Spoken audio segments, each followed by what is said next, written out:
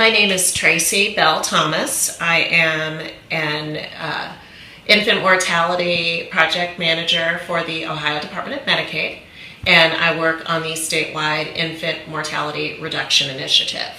Okay. So how does health insurance interact with politics?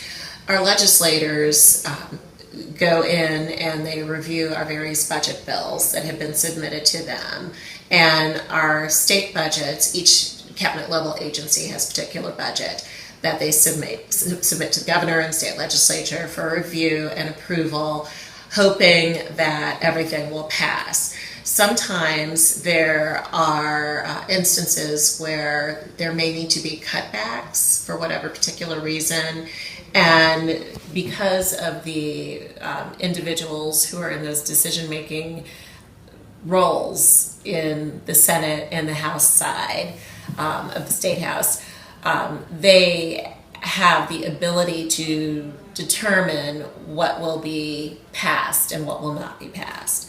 So right now, for example, all of our state agencies in the state of Ohio have submitted their budgets for the upcoming state fiscal year 2018, which will start on July 1st, 2017, and it ends on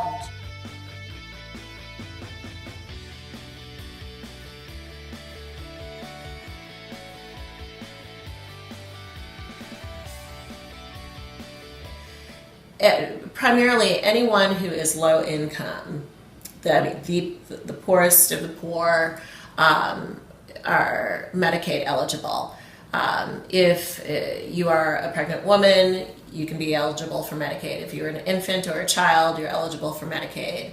An elderly individual or a disabled individual, they're all able to receive Medicaid. Their eligibility status should go through.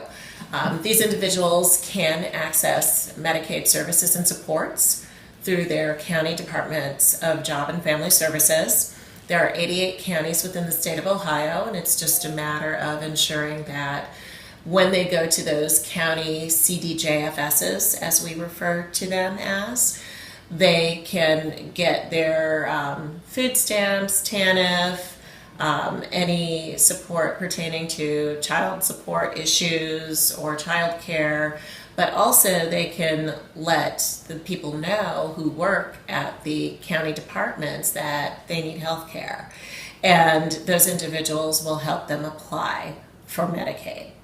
So 2 years ago, our former director, John McCarthy, approached me and had indicated that Governor Kasich wanted us to focus on putting additional funds in 9 different communities throughout the state to help reduce the infant mortality disparity between white babies and black babies.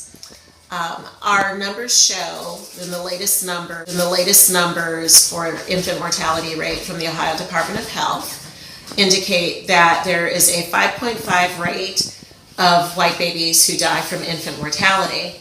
However, there is a 15.1 rate of black babies who die from infant mortality.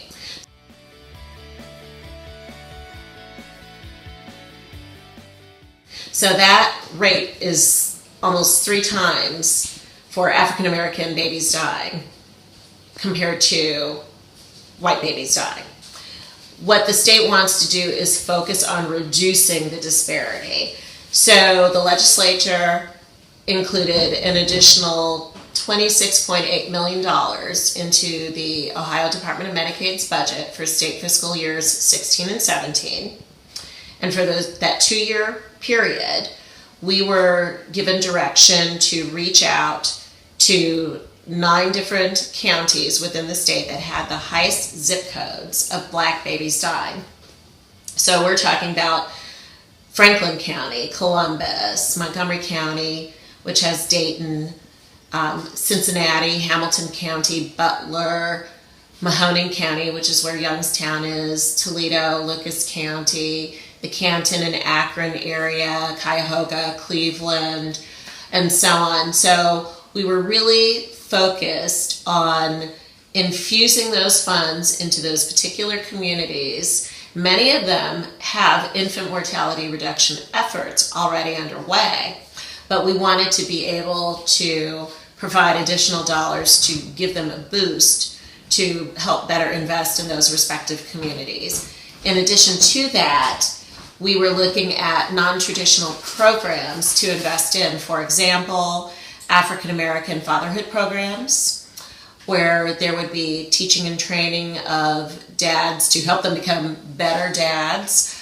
programs through churches, grandparenting programs, and all the while also focusing on